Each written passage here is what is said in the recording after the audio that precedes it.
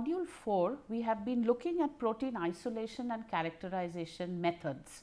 What we will do in this lecture is look at some of the biophysical methods that are involved in the characterization as well as in the isolation procedures to understand whether we have our protein of interest.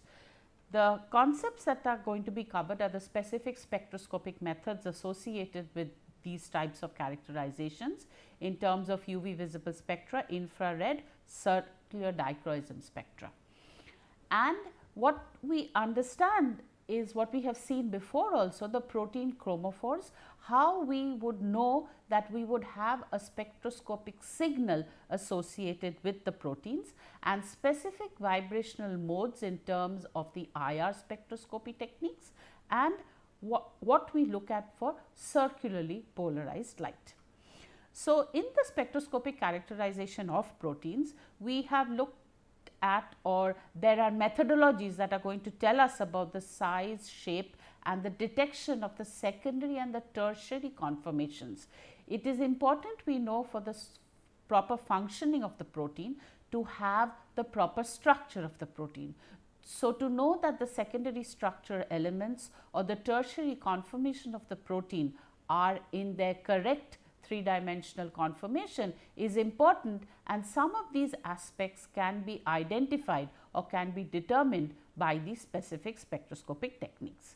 The quantification of proteins in terms of finding out their concentrations is something that we have looked at in a previous lecture related to the amino acids, where we identified the specific amino acids that can comprise the protein chromophoric units.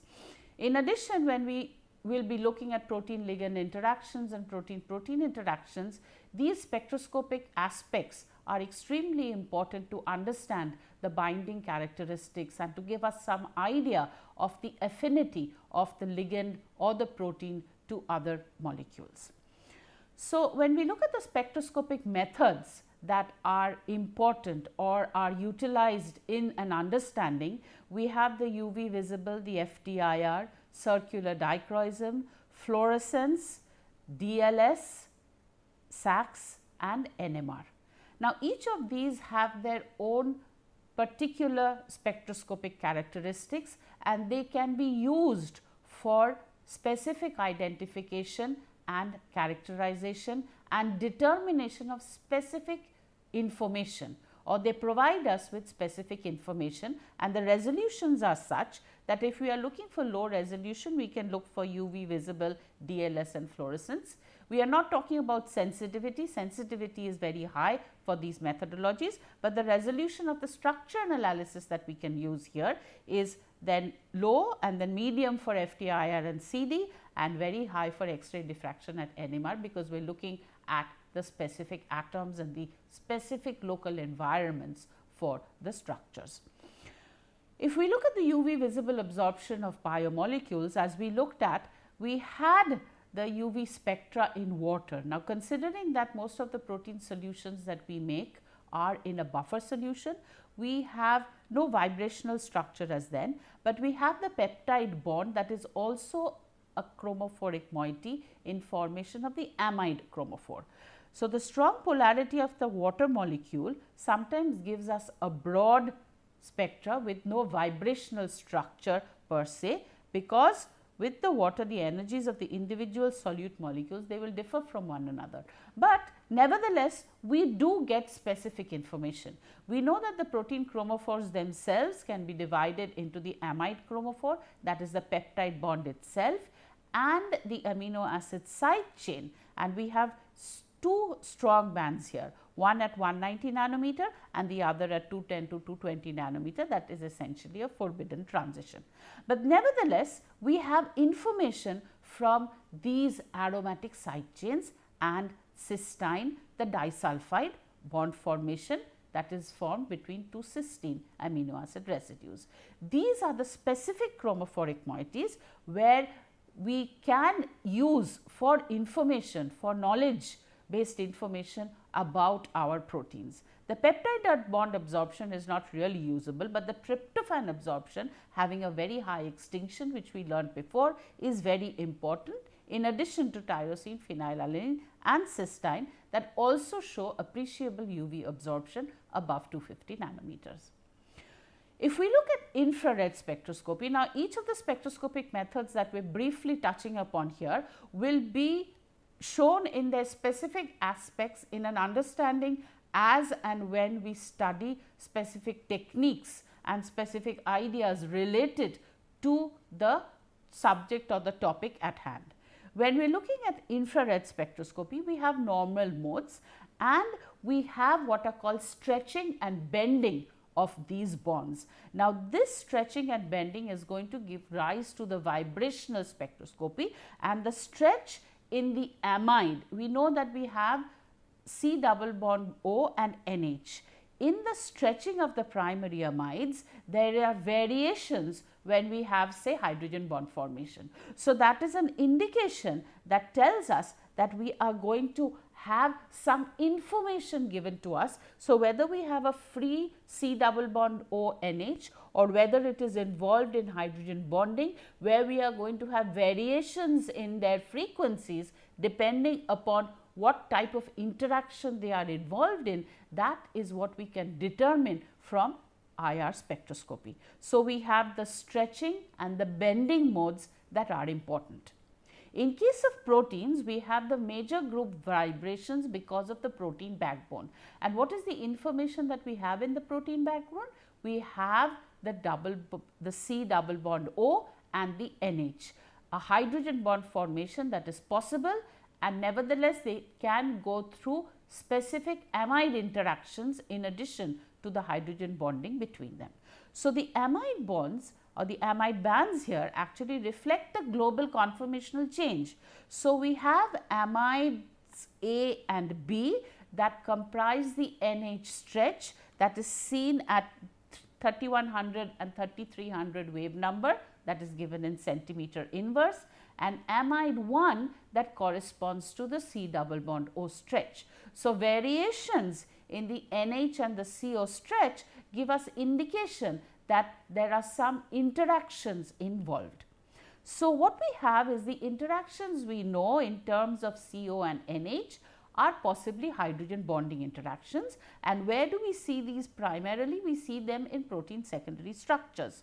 So, even though the correlation is not absolute, we do have alpha helix interactions where we can see them ranging from 1660 to 1648 centimeter inverse, and for the beta sheet from 1640 to 1625 centimeter inverse.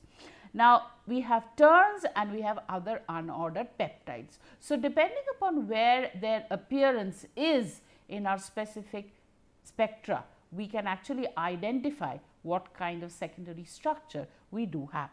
For example, the amide 2, we have the amide 1 and the amide 2 that are mostly important for our protein determinations, and what we look at for here is we are looking at this region of the amide 1 and the amide 2 spanning from 1700 to around 1500 centimeter inverse is what we are interested in.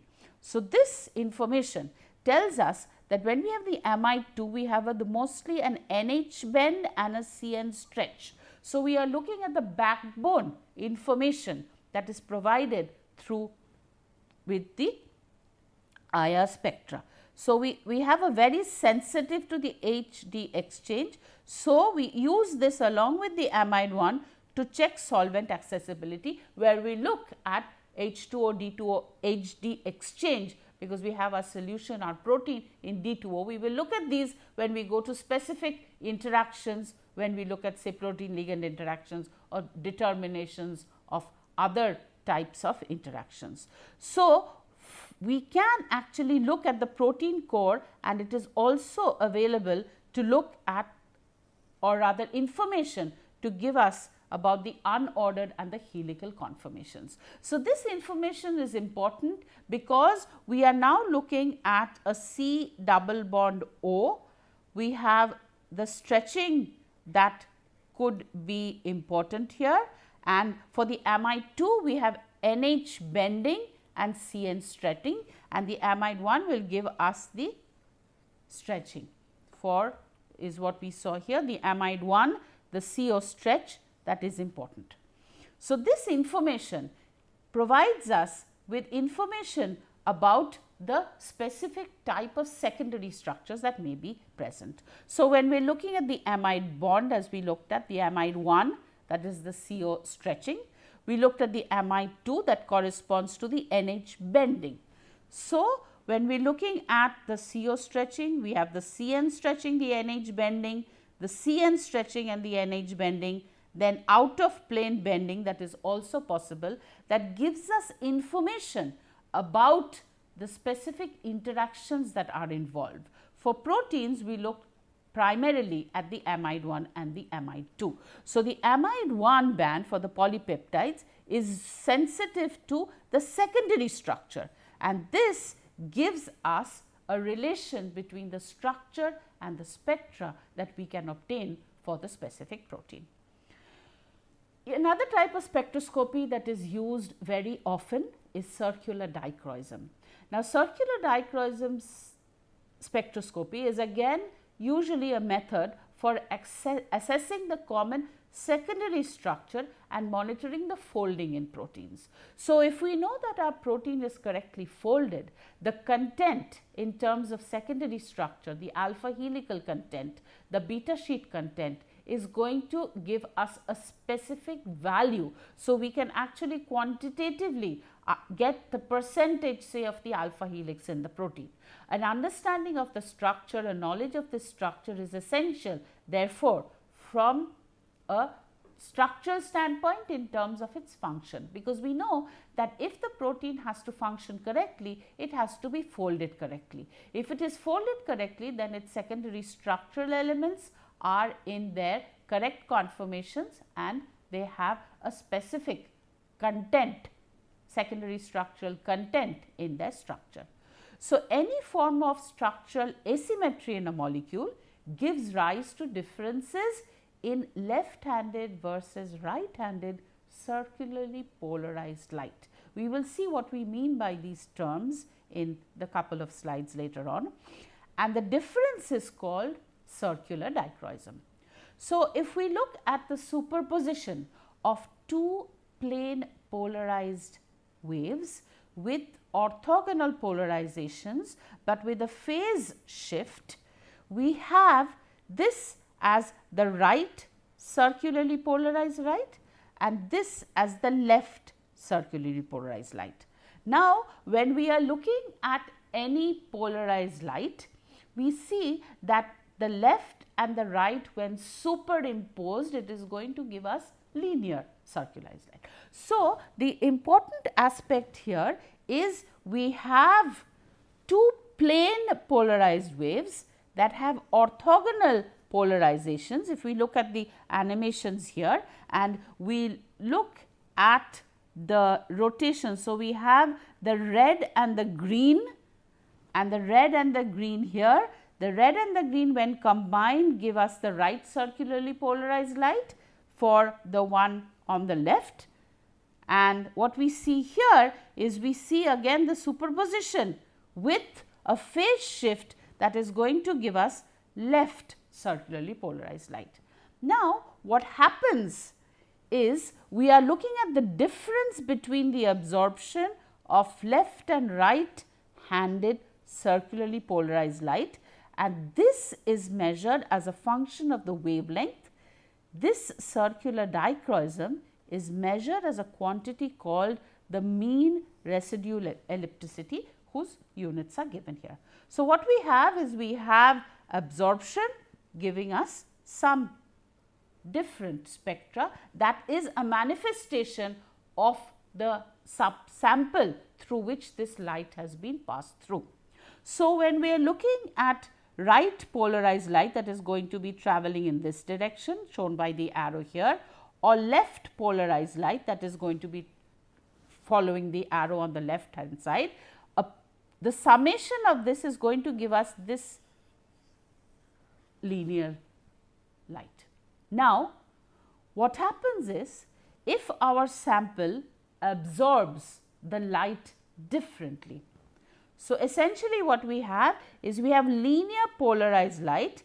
This is viewed as a superposition of the opposite circularly polarized lights or which are of equal amplitude and phase. So, if we have the right circularly polarized light and the left circularly polarized light and they are superposed, what we get is we get linear polarized light. Now, if our sample is such that it absorbs preferentially one particular type of light, so resulting in different absorption of the left and the right handed polarized light, what happens then is we can see here the left component is the same as it was originally, but the right component, part of the right component has been absorbed. As a result of what has happened, we now have ellipticity because of a specific some component in our material. It is called a rotational absorption that we are looking at here. So, we are looking at this substance or this sample, in this case our protein, that has preferentially absorbed the right circularly polarized light and not the left, as a result of which we have got ellipticity. So, if we look at the circular dichroism of proteins, the CD spectra that is found between 260 and approximately 180 nanometer can be analyzed for the different secondary structural types. So, we can look at the characteristic spectra, CD spectra of a protein and distinguish alpha helix, parallel and anti-parallel beta sheets, turns and other random structures. So, the identification of an alpha helix tells us a lot of information about the protein in terms of its secondary structural units. So, in fact, the modern secondary structure determination by circular dichroism actually can achieve accuracies of up to 97% for helices and 75% for beta sheets. So, the importance here is the CD signal. So, when we are looking at the CD signal, we look at the proteins. We are mainly concerned with the absorption in the ultraviolet region of the spectrum. Now, we are looking at the peptide bonds, because the symmetric chromophores and also the amino acid side chains, but here we are looking at the peptide bond that we form between the C double bond O we know and the NH. So, when we have a peptide bond formation or we are looking at specific rotational strength because of say helix formation or hydrogen bond formation, we are going to have specific hydrogen bond formation because of the specific geometry that we can see for these molecules. So, when we are looking at the specific geometry of the molecules, we know that the alpha helix and the beta sheet have specific geometry. So, the protein chromophores in this case are the peptide bond and the amino acid side chains. So, the lowest energy transition in the peptide chromophore is an N to pi star transition, which we had observed or we had discussed earlier in our discussion for the peptide bond and its spectral characteristics. So, if we are looking at the peptide bond, so here is our peptide bond. So, we are looking at a transition from an N to pi star. So, we are looking at an N pi to pi star transitions, means we are looking at this transition, and N to pi star means we are looking at this transition. So, a pi to pi star transition is going to be one that is going to be of a lower wavelength, and an N to pi star transition, the energy gap being lower, is going to correspond to a larger wavelength. So, what we can get from this information is different secondary structures of the peptide bonds have different relative intensity of their N to pi star transitions. And what happens? This results in different CD spectra, and the CD is extremely sensitive to the change in the secondary structure of the proteins, and it is very commonly used to monitor the conformational change of the proteins.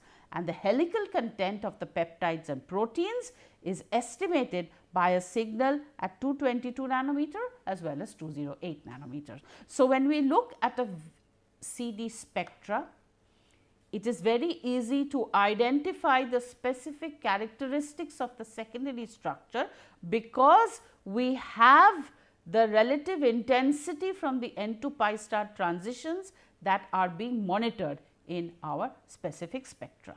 So, there are several curve fitting algorithms that are used, that actually are used to deconvolute the relative secondary structure of proteins, and these are actually given by the specific CD spectroscope, the CD machines that we use, and we are looking at the far UV spectra, and what do we see.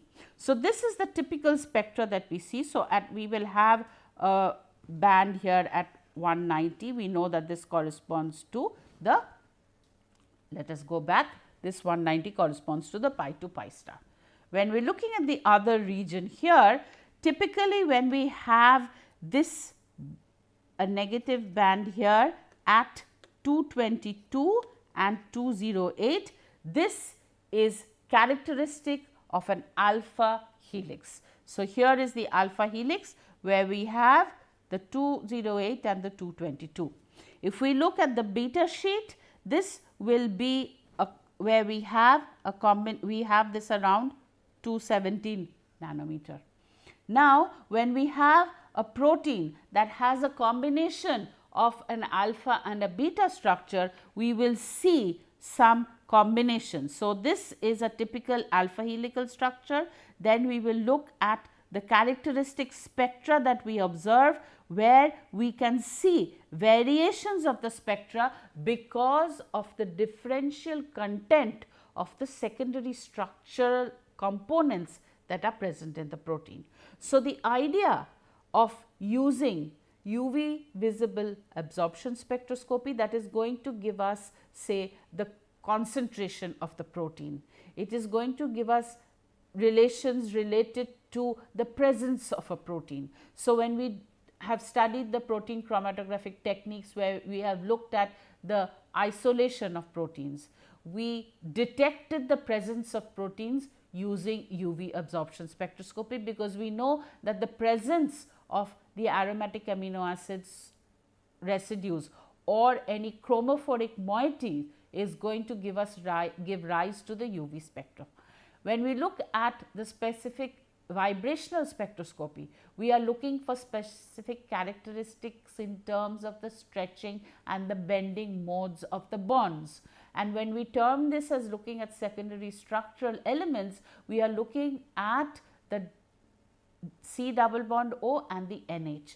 This information is important because any interaction associated with the backbone is going to have an effect on the overall conformation of the protein. That is going to obviously affect the structure of the protein. And we know that since the structure and the function are related, any variations in the structure is going to amount to a variation in the functional characteristics of the protein. So, an idea of looking at, say, the secondary structure component, which is an important part of a folded protein, is going to give us information that we would require to see whether we have the correctly folded structure. So, when we are looking at the IR spectra, we are looking at the amide 1 and the amide 2. The information from these CO stretching and the NH bending and the NH stretching gives us information about whether there are any variations. So, now if we have a specific technique or we are looking at the unfolding of a protein, then as we saw in the protein denaturation techniques, when we are trying to understand whether we have the folded protein or the unfolded protein, there were specific spectroscopic characteristics that we could look at to monitor this effect. So, we could look at IR variations, we could look at UV variations, and now we see that we can look at also our circular dichroism variations that will tell us that there is a disruption in the protein structure because of denaturating conditions. So, the three aromatic side chains that occur in proteins, the phenylalanine that has the phenyl group, the phenolic group of tyrosine, that is the OH, and the indole group of tryptophan, they also have absorption bands in the UV spectrum. as we were just discussing. So, the aromatic residues, if unusually abundant, sometimes have effects on the CD spectra, but nevertheless this is more of the transitions that we spoke about. In addition, the disulfide group, which is also we know is an inherently asymmetric chromophore because it prefers a gauche conformation with a broad CD absorption around 250 nanometer, but the range that we are looking at is between, as we saw in the CD spectra before, is somewhere around this region. So, now each of the three basic secondary structures, then the helix, the sheet and the coil, show a characteristic CD spectrum, and this is the CD spectrum of the proteins, and this can be deconvoluted into three individual contributions. So, we can say that this is the alpha helical content, this is the beta sheet content, and this is the content of random coil, and any variations related to protein ligand interactions, protein protein interactions, or even protein unfolding can be detected from these methodologies. The books that this is the space where from the animation, there are many other animations that can be looked at. The books Cantor and Schimmel and Voigt and Pratt. Thank you.